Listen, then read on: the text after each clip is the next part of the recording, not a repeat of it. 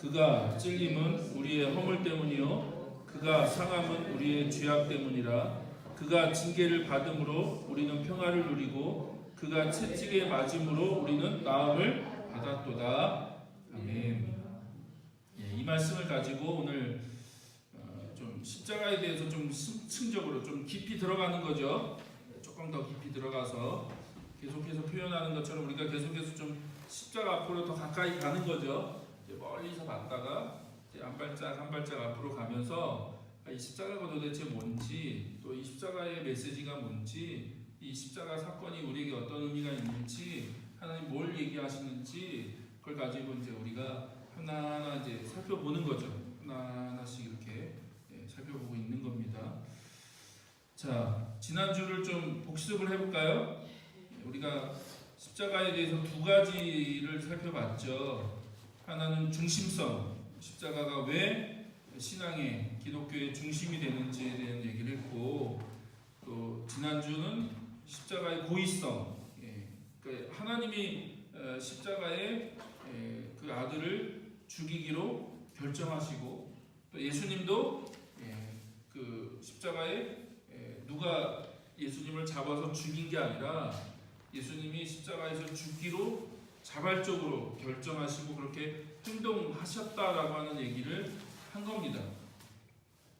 물론 역사적인 책임은 빌라도에도 있고 제사장들에게도 있고 가룟 유다에게도 있지만, 그러나 예수님이 그들에게 뭐 끌려서 막 하기 싫은데 억지로 끌려서 십자가에 어쩔 수 없이 죽으신 게 아니라 자기를 그 십자가에 내주셨던 거죠. 그 죽음을 예수님이 선택하시고 내주셨다라고 하는 얘기를 얘기한 거고요.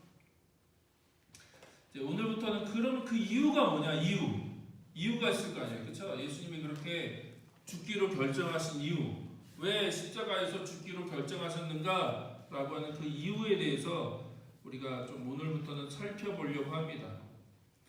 그럼 다시 이제 처음 질문으로 돌아가야죠. 처음 질문. 어떤 질문이냐면, 예수님의 십자가에는 어떤 중요한 어떤 중요성이 있기에 그 끔찍함과 수치와 고통에도 불구하고 하나님은 이러한 일을 미리 계획하시고 예수님은 그것을 당하기 위해 오셨을까? 말이 어려울 것 같지만 어려운 얘기가 아니죠. 그러니까 그 끔찍하고 고통스러운 십자가를, 그 굉장한 수치를 당하고 엄청난 아픔을 경험해야 되는 그 십자가에 왜 하나님이 아들을 죽이기로 결정하시고 또 예수님이 십자가에 죽기 위해서 이 땅에 오셨느냐라는 거예요. 왜? 도대체 무엇 때문에? 결론을 네 가지로 먼저 내리고 시작을 하려고 합니다. 성경을 보면 네 가지 이유가 있어요. 첫 번째가 예수 그리스도께서는 우리를 위해서 죽으신 거죠. 이 성경 구절을 쭉 찾아보면 성경은 명확하게 얘기해요. 예수님이 그렇게 하신 이유는 우리를 위해서, 인간을 위해서, 여러분을 위해서 그렇게 하신 거죠. 인간을 위해서 십자가에서 죽으셨다라고 하는 거예요. 두 번째는요, 그리스도께서는 우리를 하나님께로 인도하고자 우리를 위해서 죽으신 거죠. 그러니까 우리를 위해서 죽으셨는데 우리의 무엇을 위해서요? 우리를 하나님께로 인도하기 위해서 그렇게 십자가에서 죽으신 거죠.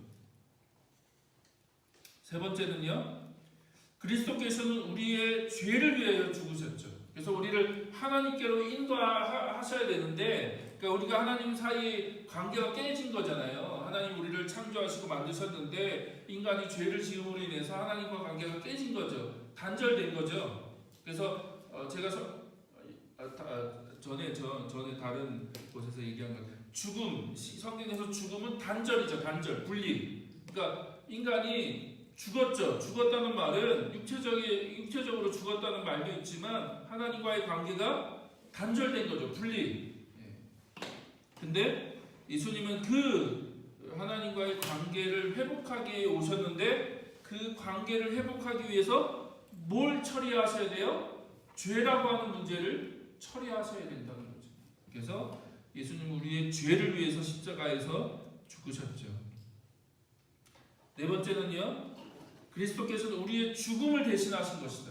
그래서 우리가 죽어야죠. 그 죄의 결과는 사망, 죽음. 그래서 우리가 죽어야 되는데 예수님께서 우리의 죽음을 위해서 죽음을 대신하신 것이다. 그래서 십자가에서의 그 죽음이라고 하는 것이 바로 우리의 죽음이고 나의 죽음인 거죠.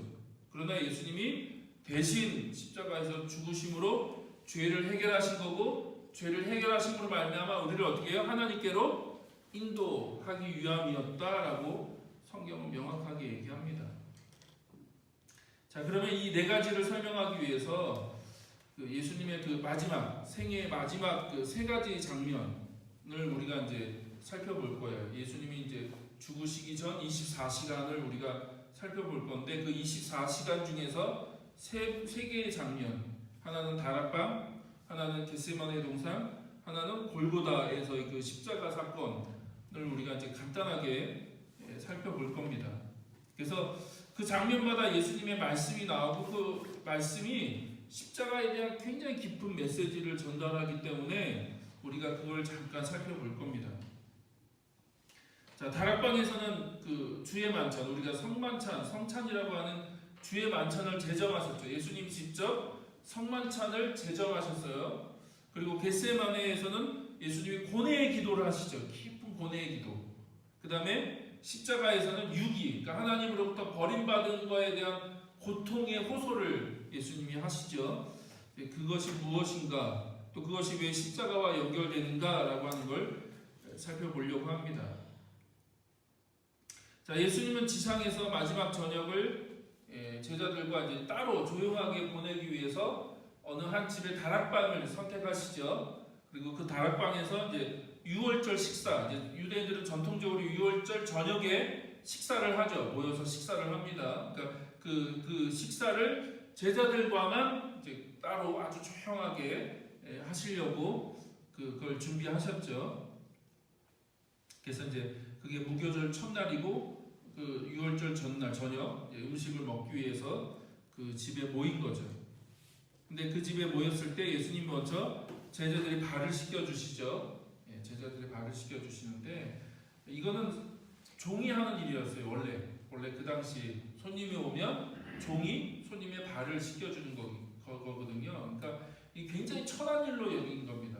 누구의 발을 씻겨 준다는 건 절대 주인이 하지 않았어요. 이건 너무나 천한 일이기 때문에 이건 종이나 하는 일이죠. 근데 예수님이 친히 제자들의 발을 씻겨 주시죠. 그러니까 제자들이 이게 굉장히 충격적인 사건이에요. 우리는 그 배경을 잘 모르니까 이게 어떻게 잘 느껴지지 않는데, 이 제자들은 굉장히 충격적인 사건인 거죠. 그것도 스승이 종이나 하는 이 아주 천한 일을 친히 예수님 발을 씻겨 주시는 일을 하신 거죠.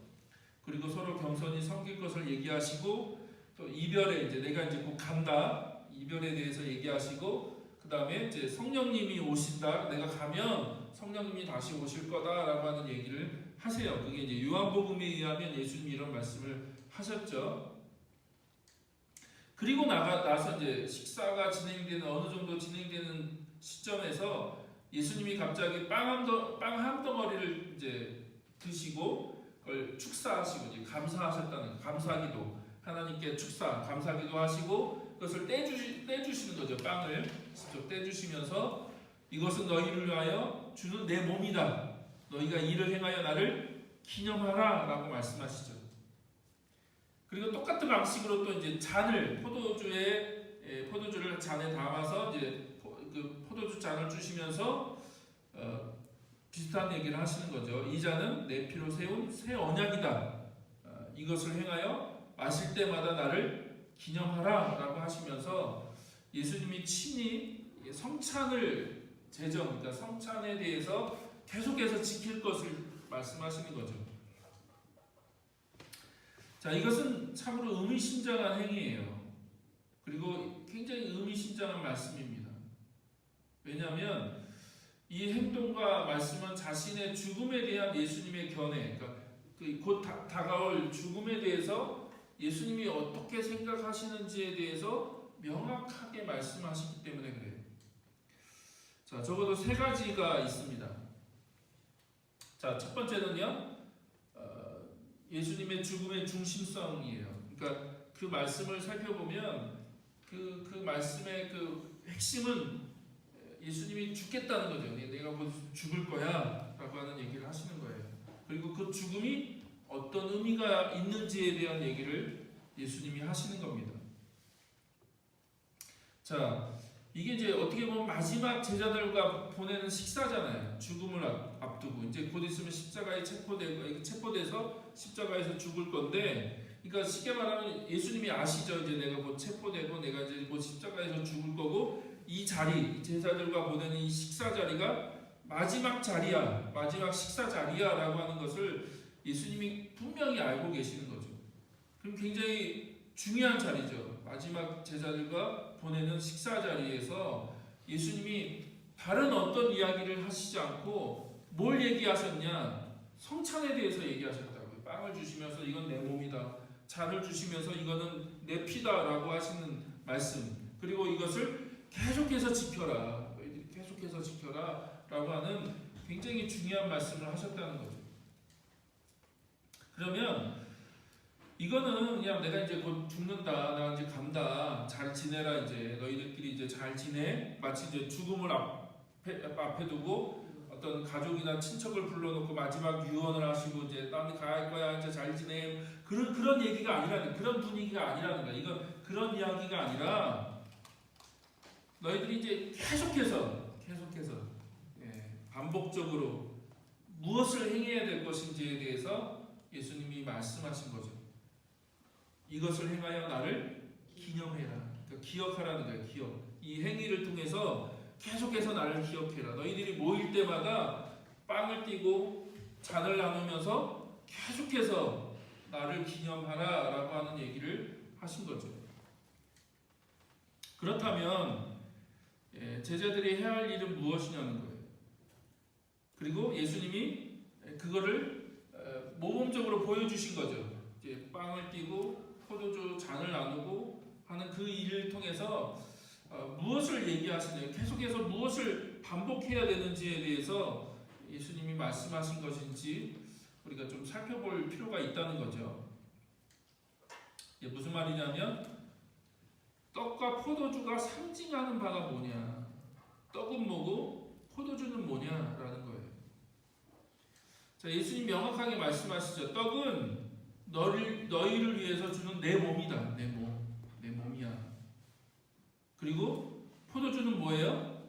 너희를 위해서 흘리는 내 피다라고 하는 피. 그러니까 내 몸이고 내 피야라고 하는 얘기를 하신 거예요. 그래서 결국 이건 예수님의 죽음을 얘기하는 거죠. 죽음. 예수님이 죽을 거다라고 하는 얘기를 하는 거예요. 그래서 그 떡은 잠시 후에 죽음으로써 그들에게 주어지는 그분의 몸을 대표하는 거고, 포도주는 잠시 후에 죽음으로써 그들을 위해서 흘리실 예수님의 피를 대표하는 거죠. 그러니까 상징하는 거죠. 상징. 곧 있으면 이 몸이, 그 예수님의 몸이 어떻게 해요? 십자가에서 죽으실 거예요. 그리고 십자가에서 죽으실 때 예수님이 분명히 그 몸에서 피가 흐르실 거라고요. 창으로 찌르고 채찍으로 때리고 하는 그 과정을 통해서 예수님이 피를 흘리실 거라는 거죠. 그래서 이건 예수님의 죽음을 상징하는 거죠. 이건 내 몸이야, 이건 내 피야 라고 하는 얘기는 곧 일어날 죽음에 대한 얘기를 하는 거죠. 근데요, 재밌는 건 복음서를 보면 예수님이 유일하게 제정하신 게 성만찬이에요. 성만찬. 뭐 세례를 계속해라, 아니면 뭐 너희들이 예배 모일 때 이렇게 해라, 저렇게 해라, 그런 얘기 거의 안 하세요. 거의 안 하셨는데 유일하게 너희들이 모일 때마다 이걸 꼭 해야 돼 라고 말씀하신 게 뭐예요? 그게 성만찬이라는 거죠. 그래서 너희들이 모일 때마다 빵을 나누고 포도주를 나눔으로 인해서 내가 너희를 위해서 찢겨진 그 몸에 대해서 너희들이 기억하고, 내가 너희를 위해서 흘린 그 피에 대해서 너희들이 기억해야 돼 라고 예수님이 어떻게 보면 이제 그 성만찬이라고 하는 행위를 통해서 보여주신 거죠. 극화, 퍼포먼스를 하신 거죠. 이렇게 하면서 너희들이 계속해서 이거를 기억하고 기념하고 반복해야 돼 라고 하는 것들을 성찬이라고 하는 행위를 통해서 아주 극적으로 보여주시는 거죠. 그러면 예수님은 다른 무엇보다도 그분의 죽음으로 기억되기를 원하시는 거죠. 그분의 죽음에 대해서 제자들이, 그리고 그 다음 예수님을 믿는 자들이 그 예수님의 죽음에 대해서 계속 기억하기를 바라시는 거예요. 그렇죠? 이해되시죠? 계속 성찬을 할 때마다 뭘 기억해야 되는 거예요? 예수님의 죽음에 대해서. 죽음. 예수님의 죽음에 대해서 너희들이 모일 때마다 떡을 떼고 포도주를 나눔으로써 아, 예수님이 우리를 위해서 죽으셨지, 예수님이 우리를 위해서 피를 흘리셨지, 예수님이 우리를 위해서 십자가에 달리셨지라고 하는 거를 너희들이 계속해서 기억하라는 게 반복하고 기억하라는 거예요. 그러므로 예수님의 죽음이 없는 기독교는 존재하지 않는다는 거예요. 예수님의 죽음이 없는 신앙은 존재할 수가 없다. 예수님이 다른 거 기억하라고 얘기하지 않고 십자가, 죽음, 내가 너희를 위해서 피를 흘리고 내가 너희를 위해서 고통당한 것에 대해서 너희들이 기억해 라고 하는 얘기를 하셨다는 거예요. 그러면 두 번째는 뭐냐? 그 말씀, 예수님의 그 성만찬의 말씀을 잘 살펴보면 죽음의 목적에 대해서 예수님이 가르치셨어요. 죽음의 목적. 왜 죽느냐? 내가 왜 죽을 건가라고 하는 이야기를 명확하게 하셨어요. 자, 그 예수님의 말씀을 다시 살펴보면 피에 대해서는 새 언약의 피다. 새 언약. 이건 새 언약의 피야라고 하면서 잔을 주셨죠. 이건 새 언약. 그리고 또 다른 말씀을 보면 죄 사함을 얻게 하려고 라고 하는 얘기를 하셨어요. 죄 사함을 얻게 하려고 한다. 내가 너희를 위해서 너희의 그 죄의 문제를 해결하기 위해서 죽을 거야 라고 하는 얘기를 예수님이 하셨다는 거예요. 자, 그러면요, 예수님은 흘리신 피를 통하여 하나님과 그분의 백성 사이에 새로운 언약, 그 언약을 지금 세우시기를 원하시는 거죠. 예. 그러면 그 새 언약이라는 게 뭐냐? 새 언약. 자, 성경에 보면 하나님이 아브라함하고 언약을 세우시죠. 언약. 약속을 한다는 거예요. 약속. 근데 그 약속의 내용이 뭐예요? 내가 너에게 복을 주겠다. 내가 너에게. 그리고 너가 너의 자손이 큰 민족을 이룰 거야. 내가 너를 복 주고 내가 이 땅을 너희 자손에게 줄 거야. 그리고 너희 자손이 큰 민족을 이룰 거야. 라고 하는 그 약속을 하시죠. 아브라함과. 그걸 우리가 언약이라고 합니다. 언약. 계약인 거죠. 계약. 그리고 또 나중에 이제 그 아브라함의 자손들, 이스라엘 백성을 얘기하는 거죠. 이스라엘 백성들과 언약을 또 맺으시죠. 애굽에서 이집트에서 건져내신 다음에 시내산에서 언약을 세우세요. 언약을 세우시죠. 모세를 통해서. 그 언약이 뭐예요? 내가 너희들이 하나님이 되고 너희들은 내 백성이 된다. 그래서 너희들이 내 이 율법의 말씀을 잘 지키면 내가 너희들의 하나님이 돼서 내가 너희들을 지키고 보호하고 인도하고 내가 너희의 왕이 될 거야. 내가 너희의 그 하나님이 될 거야. 라고 하는 그 언약을 세우는 거죠. 그래서 출애굽기 24장 8절에 보면 이런 말씀이 나와요. 근데 어디서 많이 비슷한 말씀이죠. 모세가 그 피를 가지고 백성에게 뿌리며 이르되 피를 뿌리며 이르되, 그렇죠? 이는 여호와께서 이 모든 말씀에 대하여 너희와 세운 언약의 피다. 그러니까 언약을 세우면서 그 희생 제물의 피를 뿌린 거죠. 그래서 너희와 하나님 사이에 언약을 세운 거야. 이제 이 피를 통해서. 근데 예수님이 지금 포도주를 주시면서 뭐라고 하셨다고요? 이건 새 언약의 피야라고 하는 얘기를 하신다는 거죠. 새 언약의 피. 그러니까 이게 구약의 그 사건을 다 전제하는 거예요. 그러니까 여러분이 구약을 잘 읽으셔야지 신약이 이해된다는 것이 그런 의미입니다. 그러니까 예수님이 그냥 느닷없이 아무런 그 배경 없이 이 얘기를 하는 게 아니라 이스라엘 백성들이 이미 모세를 통해 언약을 세울 때 하나님과 율법의 관계, 그 율법을 가지고 언약을 세울 때 언약의 피를 뿌렸거든요. 근데 예수님이 지금 다락방에서 십자가를 눈앞에 두시고 잔을 나누시면서 뭐라고 하세요? 이건 새 언약의 피다라고 얘기하시죠. 그러면 새 언약이 뭐냐? 자, 예레미야서 31장 31절부터 34절까지인데 한번 천천히 읽어볼까요? 그때가 오면 내가 이스라엘 가문과 유다 가문에 새 언약을 세우겠다. 나 주의 말이다. 이것은 내가 그들의 조상의 손을 붙잡고 이집트 땅에서 데리고 나오던 때에 세운 언약과는 다른 것이다.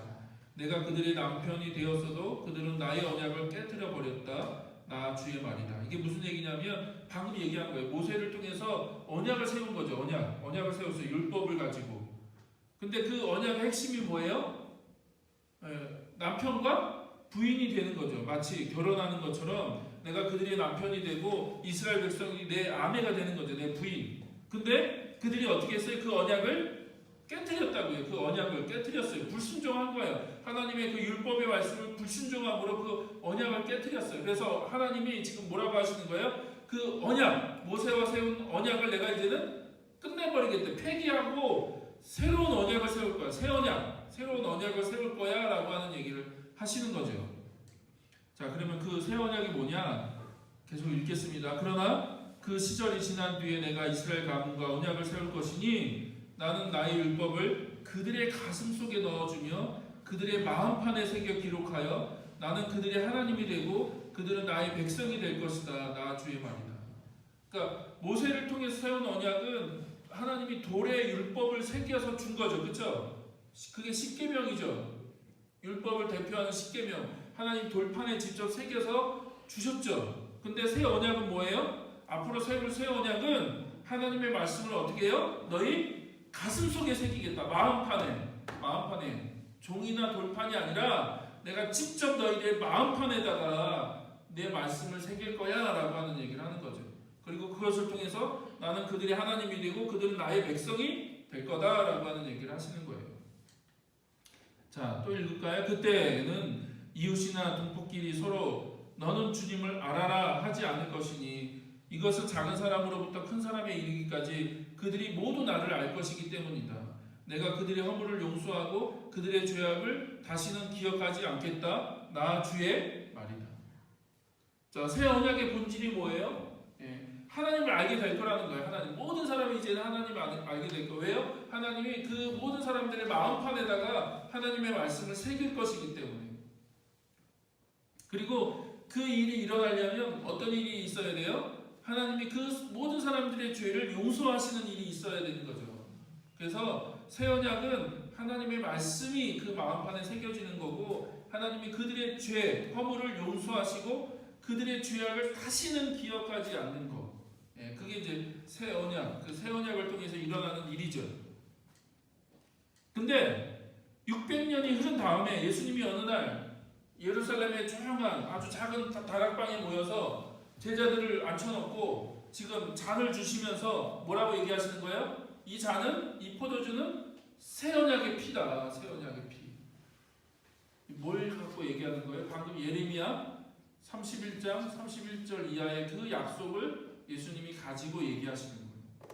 600년 전에 예레미야가 예언했지. 근데 내가 지금 그것을 이룰 거야. 성취할 거야 라고 얘기하시는 거죠. 뭘 통해서요? 십자가를 통해서. 십자가의 그 죽는 그 사건을 통해서 예레미야가 600년 전에 새 언약을 약속했는데 내가 그걸 이룰 거야 라고 하는 얘기를 하시는 거예요.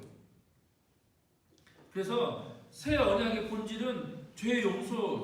그렇죠? 죄 용서. 내가 그들의 허물을 용서하고 다시는 그들의 죄악을 기억하지 않겠다라고 하시는 그 죄 용서에 대한 얘기를 예수님이 지금 이루시겠다는 거예요. 뭐를 통해서요? 십자가를 통해서. 자, 세 번째는요. 그분의 죽음을 각자가 개인적으로 경험해야 된다는 거예요. 각자가 개인적으로 경험해야 된다. 무슨 말이냐면 자, 2000년 전에 예수님 다락방에서 12제자들을 앉혀놓고 그들과 지금 식사를 하시면서 성만찬을 하고 계시는 거죠. 근데 그들은 이제 단순한 참여자나 구경꾼이 아니라 뭘 해야 된다? 예수님이 주시는 떡과 포도주를 먹고 마셔야 되는 거죠. 그렇죠? 떡과 포도주를 마신다. 각자 모든 사람들이 떡과 포도주를 마셔야 되는 거예요. 그러니까 예수님이 그냥 이렇게 퍼포먼스, 그러니까 공연하는 걸 이렇게 옆에서 지켜본 게 아니라 예수님이 떡을 떼서 나눠준 거죠. 그렇죠? 잔을 나눠주신 거죠. 누구에게요? 각자에게 다 그게 앉아있는 12제자에게 다 나눠주셨다고요.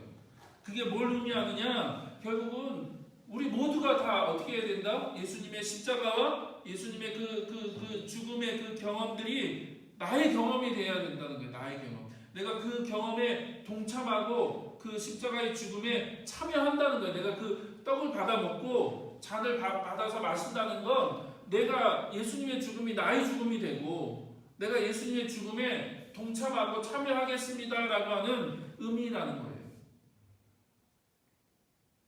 이해되시죠? 예수님 공연하신 게 아니에요.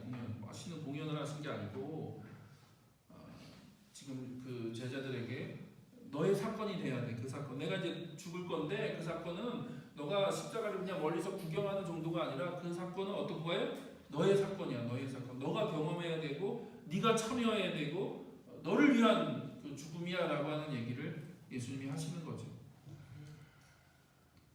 그래서 그리스도를 십자가에 못 박히신 우리의 구조로 받아들이고 또한 우리의 마음속에 신앙에 의하여 그리스도를 말미암아 살아간다는 것을 생생하게 보여주는 행위라는 거예요. 예수님이 나를 위해서 죽으셨고 정말로 나를 위해서 십자가에서 그렇게 죽으셨구나. 그리고 내가 예수 그리스도를 계속해서 믿음으로 내가 예수 그리스도를 따르고 예수님의 그 죽음을 나도 매일의 삶 가운데 경험해야 되는 거죠. 나의 죽음이 돼야 되는구나라고 하는 것을 고백하고 경험하는 그런 행위로 예수님이 성만찬을 하신 거죠.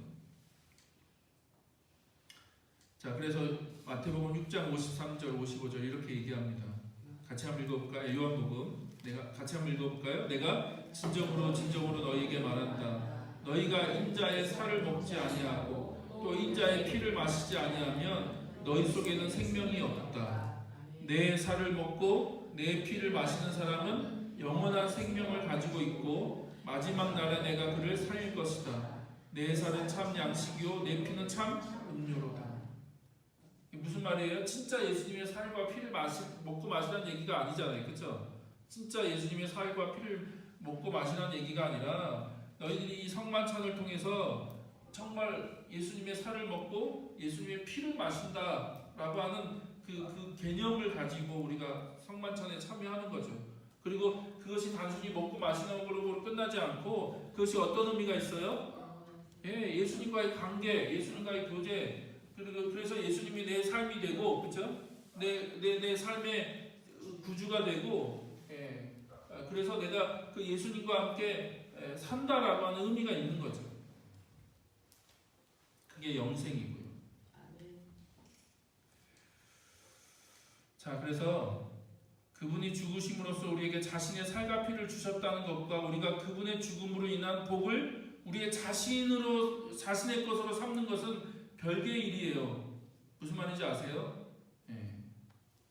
예수님이 우리를 위해서 십자가에 죽으셨죠.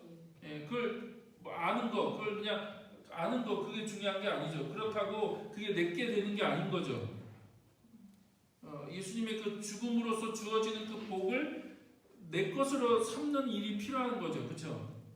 받아들이고 내가 믿고 그것을 나의 경험으로 나의 삶으로 내가 그걸 받아들이는 일들이 필요하다는 거예요. 자, 그래서 예수님이 모든 사람을 위해서 죽으셨지만 그것이 자동적으로 모든 사람에게 적용되는 건 아니다. 어떻게 해야 돼요? 먹고 마셔야죠. 그렇죠? 내가 거기 참여해야 된다고요. 내가 그 자리에 참여해서 예수님이 주는 빵을 먹고 예수님의 피, 그 포도주를 마시는 그 행위, 내가 그걸 믿음으로 받아들이고 내 것으로 인정해야죠. 그렇죠? 그래야지 내 삶에 경험되어지는 거지.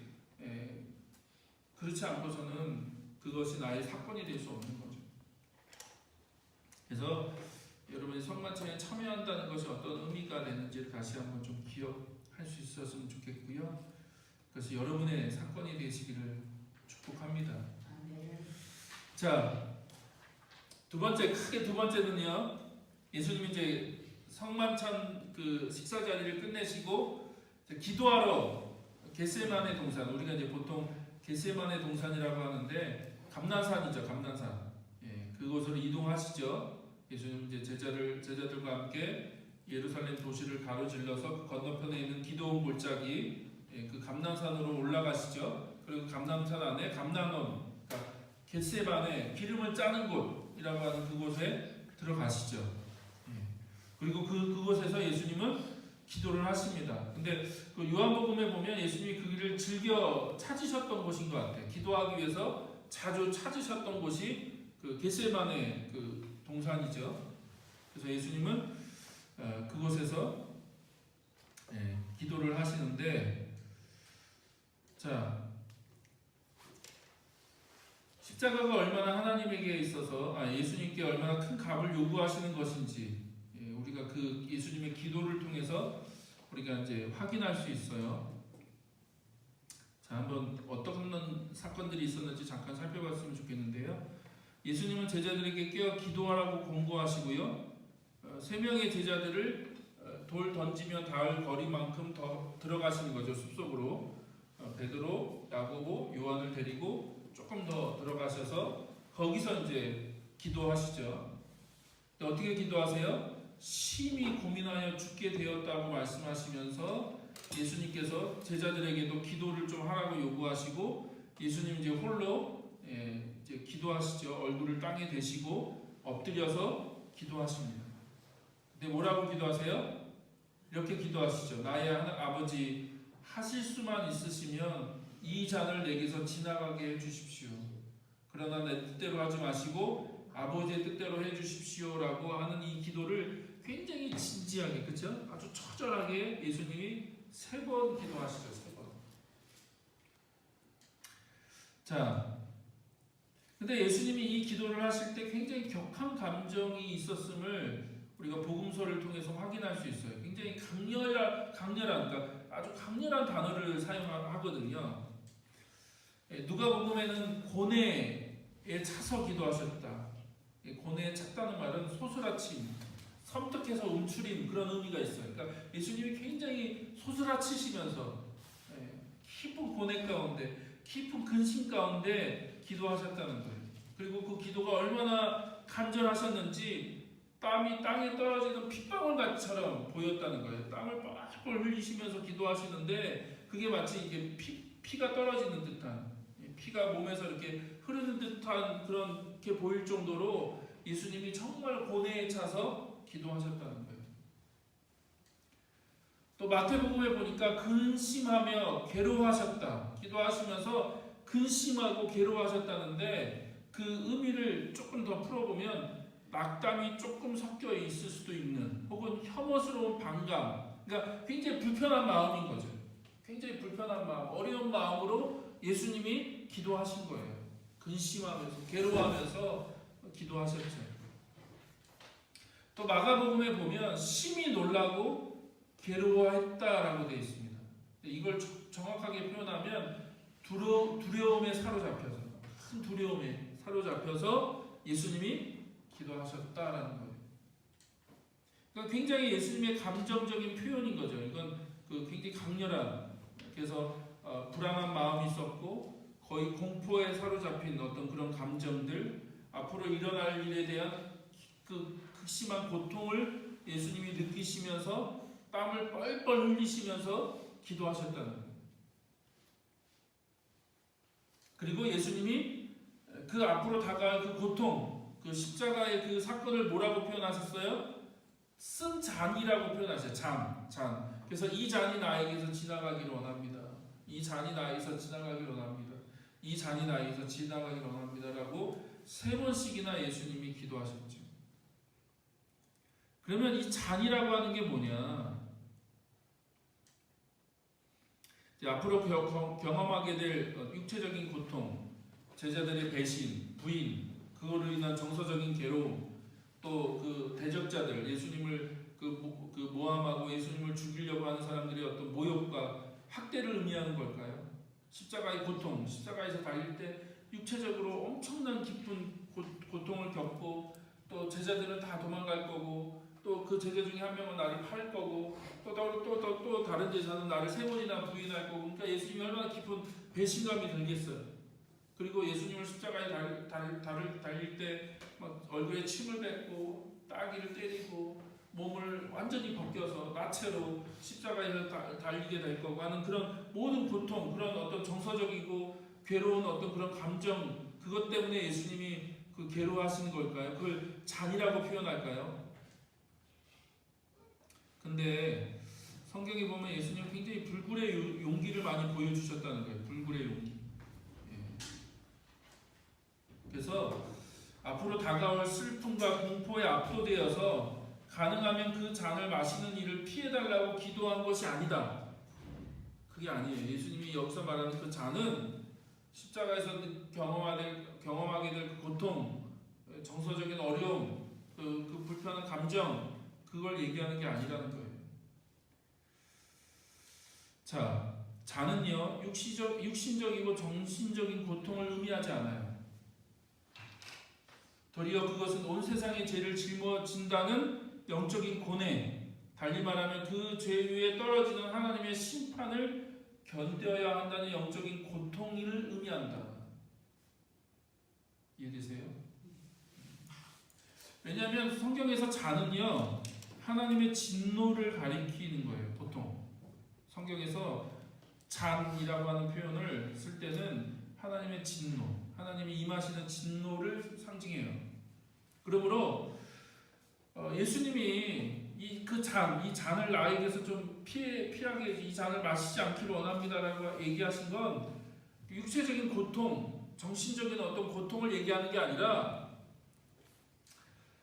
무죄하신 예수님이, 아무 죄가 없으신 예수님이 죄인과 같이 되시는 것, 그래서 그 죄인에게 임하는 하나님의 심판을 받는다는 것, 이해되세요? 그래서 하나님과의 그 단절, 하나님으로부터 버림받고 그 죄인으로서 하나님이 그 죄에 임하는 진노, 하나님 그 죄인을 심판하시고 죄인을 향해서 막 진노하시거든요. 죄에 대해서 미워하시는 분이시니까 그런 진노를 예수님이 어떻게 해요? 겪게 될 거라는 거예요. 앞으로 그거에 대한 고통과 두려움이라는 거지, 단순히 육신적인 고통 혹은 정신적인 고통을 얘기하는 게 아니다. 이해되세요? 예, 이게 이해되셔야 돼요. 예. 그럼 조금 더 다시 설명하면, 원래 이 잔은 누가 마셔야 되는 거예요? 우리 거죠. 우리가 마셔야 되는 거죠. 우리가 죄인이고 그 죄에 대해서 하나님이 진노하시고 심판하세요. 그 진노, 하나님의 진노를 누가 받아야 돼요? 우리가 받아야 되는 거죠. 우리가. 근데 예수님이 지금 대신 그 잔을 마시기로 결정하신 거죠. 그 진노, 하나님이 죄인을 향해서 벌하시는 그 진노를 예수님이 받으시기로 결정하신 거예요.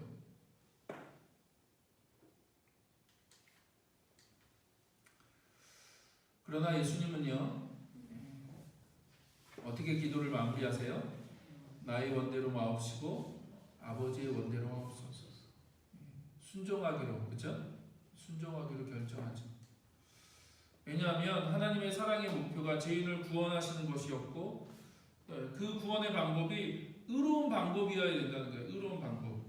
무슨 말이냐면, 죄는 반드시 그 값을 지불해야 돼요. 값을. 하나님이 그냥 죄 없는 걸 해줄게, 용서해 줄게라고 하실 수가 없어요. 왜냐하면 하나님은 공의의 하나님이기 때문에 죄는 반드시 어떻게 해야 돼요? 값을 치러야 된다고요. 죄값을 치러야 돼요. 누군가는 그 죄값을 치러야 돼요.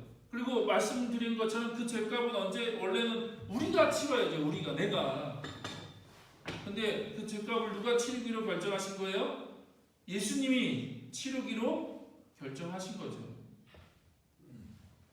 그래서 지난주에도 말씀드렸듯이요, 십자가는 양면이 있어요. 하나님의 공의도 있지만 거기에 뭐가 있어요? 하나님의 사랑도 있어요. 이해되세요? 하나님의 공의도 있고 하나님의 사랑도 있고, 이렇게 보면 하나님의 사랑이 보이지만 또 저렇게 보면 하나님의 공의가 보인다고요. 그래서 그 죄를 예수님이, 그 죄에 대한 진노, 하나님의 그 무서운 진노를 예수님이 지기로 결정하신 거죠. 왜요? 우리를 구원하셔야 되니까. 우리의 죄의 문제를 해결하셔야 되고 우리를 구원하셔야 되니까 예수님이 그 죄값을 대신 지시기로, 그 잔을 마시기로 결정하신 거죠. 근데 그걸 반대편으로 보면 뭐예요? 그게 하나님의 사랑이라고요. 하나님의 사랑. 우리에게 그 죄값을 물으시지 않고 그 아들에게 죄값을 물으시게 하신 하나님의 사랑이라고요. 그래서 예수님이 죄를 담당하고 죽지 않는다면 그 구원은 불가능한 거죠. 그렇죠? 구원은 불가능한 거죠. 그래서 예수님이 깊은 고뇌 속에서 순종하기로 결정하신 거죠. 자, 그렇게 기도를 마치시고 예수님이 이제 체포되고 재판을 받고 십자가에서 달리시죠.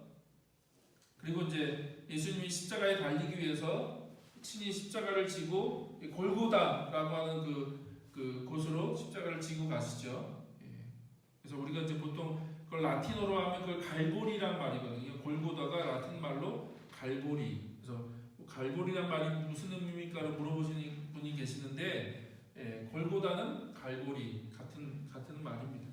라틴어로 갈보리고. 그래서 예수님이 이제 골고다라는 곳에 가셔서 그곳에서 이제 십자가에 달리시죠. 그래서 많은 사람들이 보는 앞에서 십자가에 달리시고요. 그리고 여러 사건이 일어나죠. 십자가에 달리는 그 가운데 여러 사건들이 일어난 가운데 군중들은 사라지고 깊은 침묵, 그 다음에 깊은 어둠이 임하죠. 어둠이, 하늘이 어두워지는 거죠. 하늘이 어두워지고 거기에 깊은 그 어둠이 임합니다.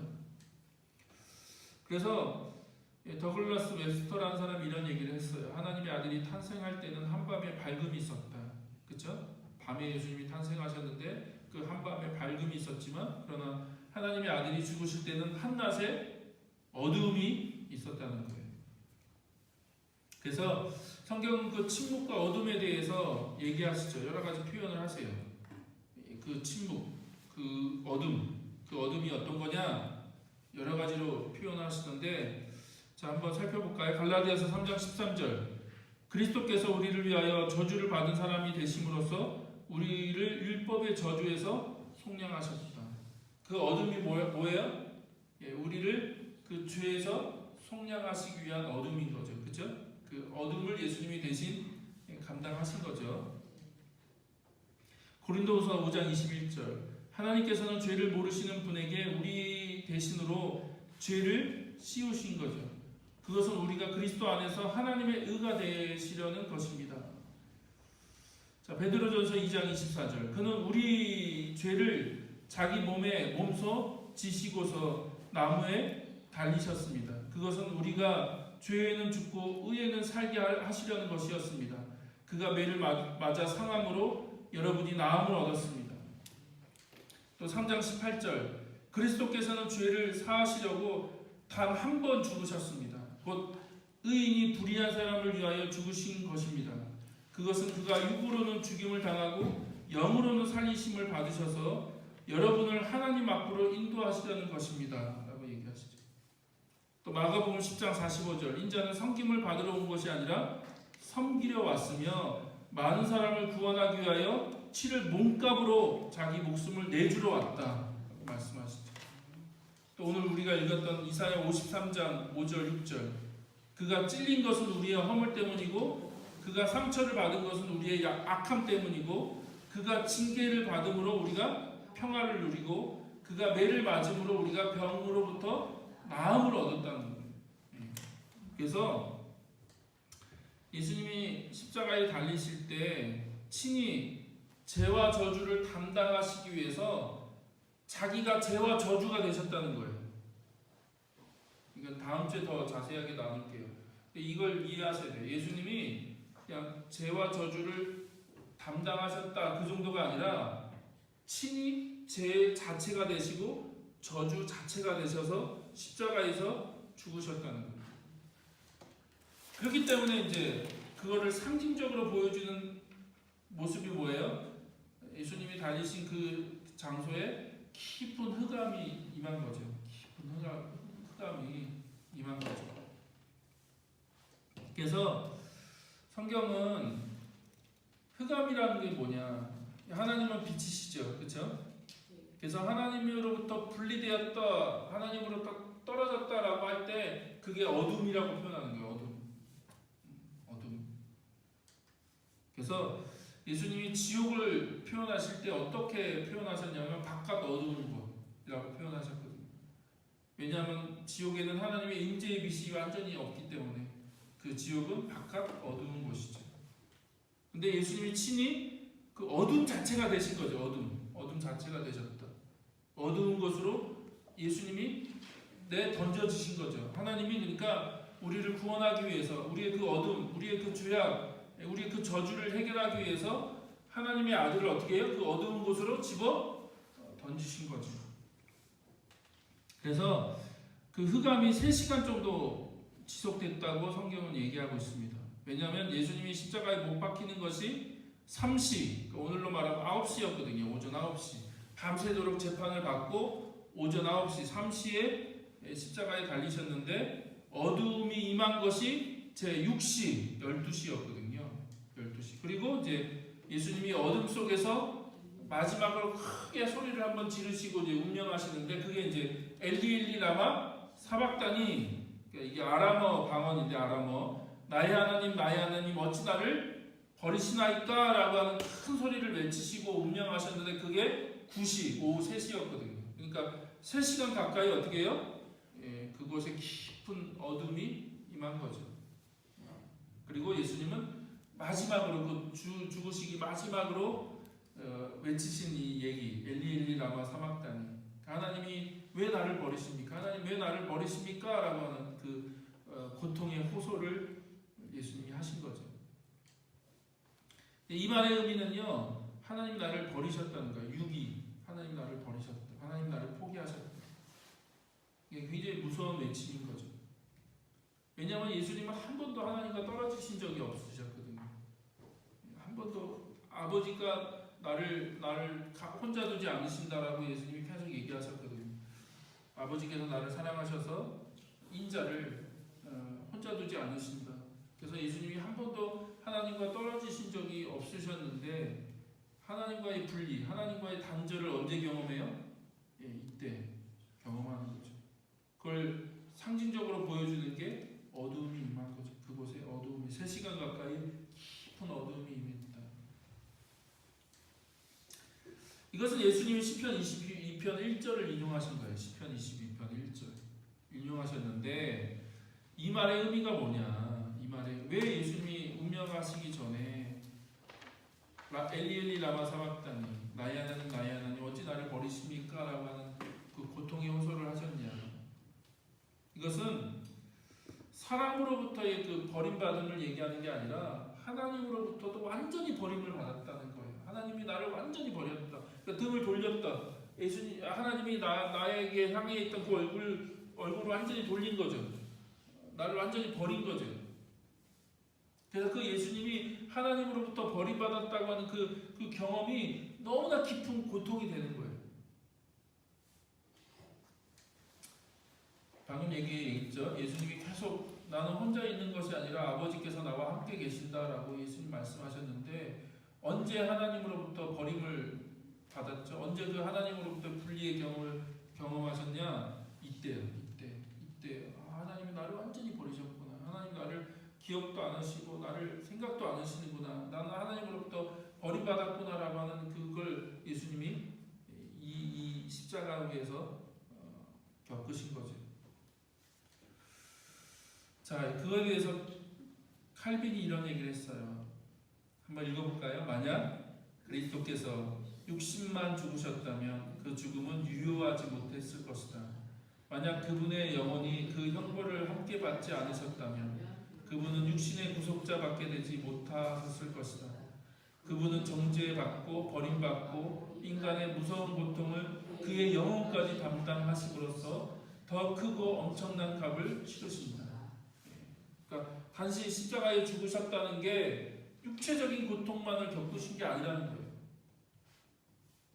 하나님으로부터 완전히 버림받았다고 하는 정서적인 그 마음의 고통까지 예수님이 지금 겪고 계신 거죠. 그래서 칼빈이 그런 얘기를 하는 거예요. 그렇기 때문에 예수님이 진정한 구원자시다. 우리의 그 60만을 구원하시는 게 아니라 우리의 영혼까지도 예수님이 구원하실 수 있는 분이 되실 수밖에 없는 이유는 십자가 위에서 그런 깊은 고통을 예수님이 겪으셨기 때문에 그런 거죠. 그래서 이와 같이 예수님은 실제적이고 무서운 그 하나님과의 분리, 단절을 십자가에서 겪으신 거죠. 근데 이 분리는 하나님과 예수님이 자발적으로 받아들이시는 거예요. 자발적으로. 왜냐하면 죄의 결과가 하나님과의 분리이기 때문에. 그래서 하나님의 아들이 그걸 친히 겪고 계신다는 거예요. 계속 얘기하지만 하나님의 아들이 친히 그 죄도 알지 못하시는 분이, 죄가 무엇인지도 알지 못하시는 그 하나님의 아들이 우리를 위해서 친히 그 죄에 대한 결과로서의 하나님과의 그 단절, 분리, 그 어두움, 하나님으로부터 버림받는 그 고통을 겪으심으로써 그 죄의 값을 치르시는 거죠. 죄의 값을 치르시는 거. 그걸 잘 보여주는 게 이제 그 다음 예수님이 한마디 하시죠. 뭐라고 하시냐면 다 이루었다라고 운명하시죠. 다 이루었다라고 말씀하시고 운명하시는데, 이 말의 헬라어 의미가 테텔레스타이라는 말이에요. 테텔레스타이.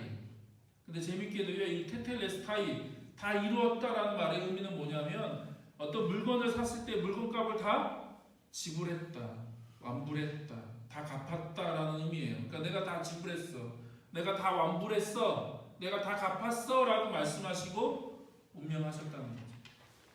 무슨 의미죠? 뭘 지불하셨다는 거죠? 그렇죠? 죄의 값, 죄에 대한 값을 예수님이 십자가에서 죽으심으로 다 지불하셨다는 거예요. 다 갚으셨어, 다 완불하신 거예요. 계산 끝나신 거예요. 죄에 대한 그 값은 이제는 완전히 계산이 끝났다는 거예요. 예수님이 죽으심으로 말미암아.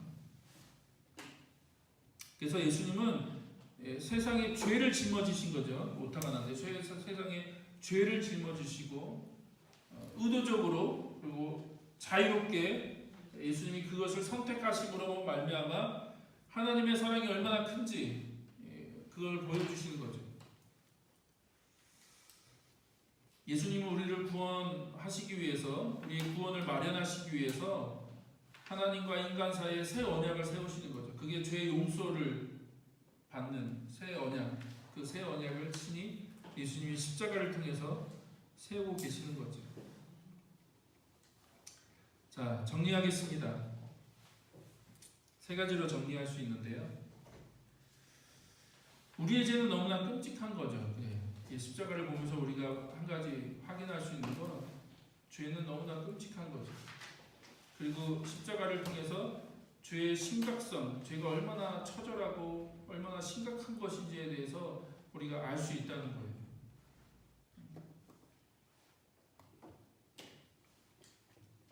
두 번째, 그러나 그 가운데 우리가 또 십자가를 통해서 알 수 있는 건 하나님의 사랑이 얼마나 큰지, 하나님 우리를 그냥 우리의 그 모습 그대로 내버려 두지 않으시고 우리를 위해서 어떻게 해요? 구원의 방법을 하나님이 준비하셨고 예수 그리스도를 통해서 그것을 이루시는 거죠. 그래서 우리가 십자가를 통해서 하나님이 우리를 어떻게 사랑하셨는지에 대해서 우리가 다시 한번 알 수 있는 거죠. 자, 마지막 세 번째는요, 그리스도의 구원은 값없이 주시는 선물이라는 거죠. 선물. 왜냐하면 그분이 우리를 위해서 죄값을 치르셨기 때문에, 그렇죠? 죄값을 치르셨기 때문에 그것은 믿음으로 받는 거고 은혜로 받는 거지 우리가 노력하고 애써서 받는 게 아니라, 우리가 무엇인가 상태가 되고 좋은 모습이 되어서 그렇게 되는 것이 아니라 그냥 죄인인 그 인간을 그냥 하나님이 구원하시기 위해서, 값없이 구원하시기 위해서 예수님이 친히 십자가에서 죽으셨기 때문에 우리가 할 수 있는 게 아무것도 없는 거죠. 방금도 설명드렸죠. 예수님이 다 지불하셨어요. 그렇죠? 완불 다 갚았어요. 여러분이 갚을 이유가 없는 거예요. 갚을 게 없어요. 죄는 내가 지었는데 빚은 내가 졌죠. 그렇죠? 빚은 내가 졌고 죄는 내가 지었는데 그 죄의 값을 누가 대신 지불하셨어요? 예수님이 대신 지불하셨기 때문에 우리가 지불할 이유가 없는 거예요. 할 게 없는 거죠. 근데 왜 사람들이 자꾸 자기 죄값을 자기가 지불하려고 하냐는 거죠. 그럴 필요가 없다. 그래서 우리가 십자가를 볼 때 세 가지를 볼 수 있는 거예요. 인간에 대해서는 죄가 얼마나 심각한 것인지, 또 하나님에 대해서는 그분의 사랑이 얼마나 큰지, 또 예수님에 대해서는 그분이 우리를 구원하시기 위해서 어떤 일들을 행하셨는지에 대해서 우리가 다시 한번 배울 수 있다는 것이죠. 그래서 우리가 이 세 가지 사건을 통해서 십자가가 갖고 있는 의미, 십자가가 어떤 의미가 있는지를 다시 한번 좀 확인해 봤습니다. 그래서 여러분이 다시 한번 이 십자가를 조금 더 이해하실 수 있는 그런 귀한 시간과 은혜가 여러분 가운데 있기를 축복합니다. 예, 기도할까요?